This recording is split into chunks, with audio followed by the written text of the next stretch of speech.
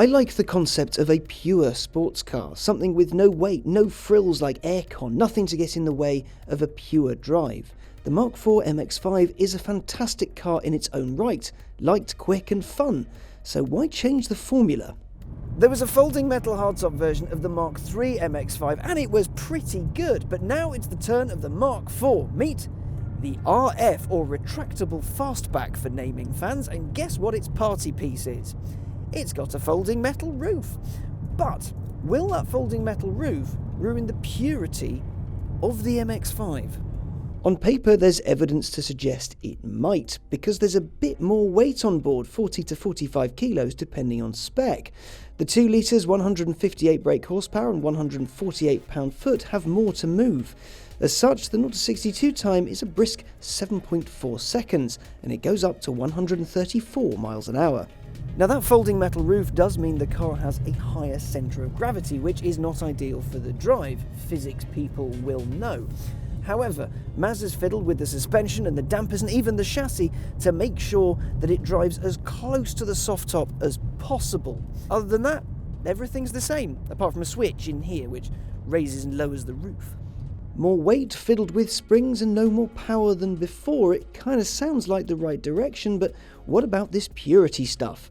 This is Roadster cut with coupe, and I hear people don't like their pure things cut with anything that'll water it down.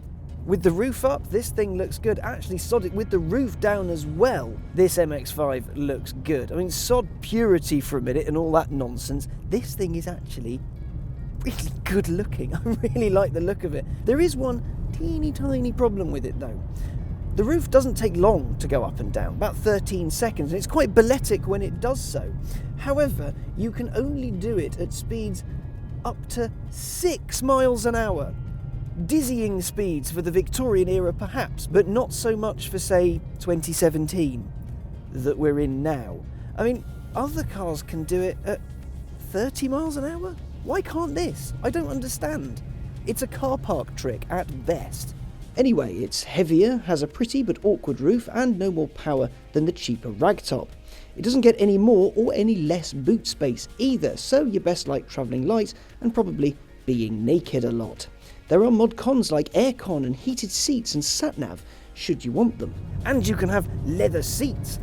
Ooh, how exciting, even though pretty much everything nowadays gets leather seats. But when you think about the MGs and the Triumphs and other rose-tinted roadsters from way back when, they did without things like that.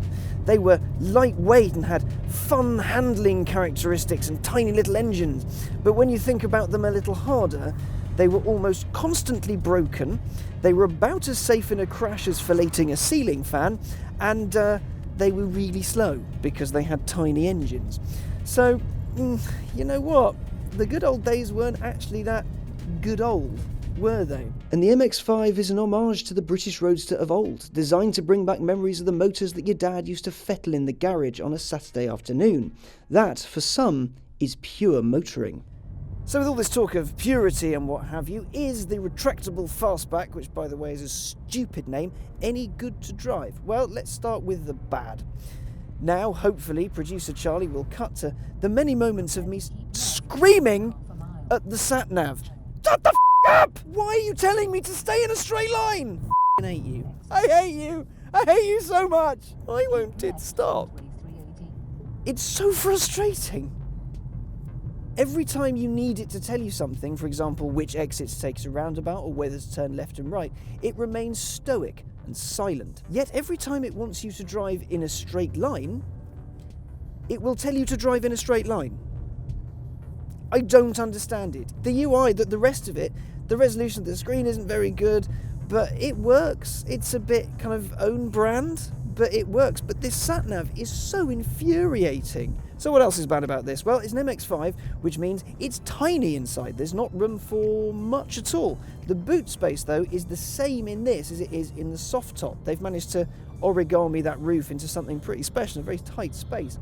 However, there's 2 of us in here at the moment, and there's not too much room to breathe. I think you feel like there's a bit more space in the soft top, which is fine, but you buy one of these because you don't want something big. You want something small and light and nippy and exciting and what have you. So You know, you get exactly what you pay for. But what's good? Well, it basically drives like an MX-5. That's what's good. It's still a little bit wallowy, which is good fun because you can feel the weight shift of the car, you can play with the balance of the car, and if you want to get a bit of a skid on, you can. The steering is beautiful, the throttle response, that 2-litre engine, it's instant. It doesn't sound amazing, but it doesn't sound terrible either.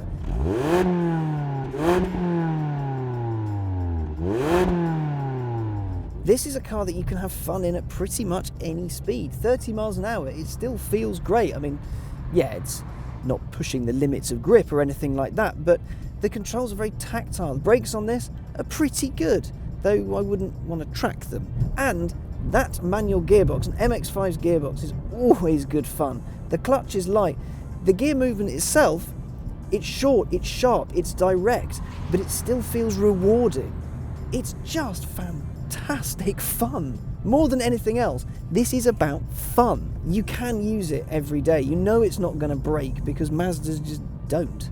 They're Japanese and well made. To be frank with you, it doesn't feel like there's a penalty for having a hard top. I mean, on the motorway, it's quiet, whereas the soft top would be horribly noisy. With the roof down, yeah, it's not as good. There's lots of buffeting and wind noise and not quite as nice as the soft top. But handling-wise, without driving them back to back, this still feels like a Mark IV MX-5. It's fantastic fun. They're brilliant. They always have been. I adore it. Essentially, if you want a hardtop, fun sports car, this is your motor. And if you don't, you can buy the soft top. In all, the RF, silly name and all, isn't a bad car at all. But is it a decent enough successor to the MX-5s of old? Well, it feels like an MX-5. It likes to rev, it handles beautifully, and you know what? It's just damn good fun at not very high speed, which is fantastic. On the motorway, the soft top is way too noisy and loud. You couldn't live with it, whereas this is a more capable long-distance motor. It just sounds better. However, if you take the roof off for a cruise in the countryside, the wind is a little bit more unbearable. But this is the MX-5 for people that don't like convertibles, who like the security and perceived extra safety that a hardtop gives them. If I was going to go for a new MX-5, I'd probably go for this one.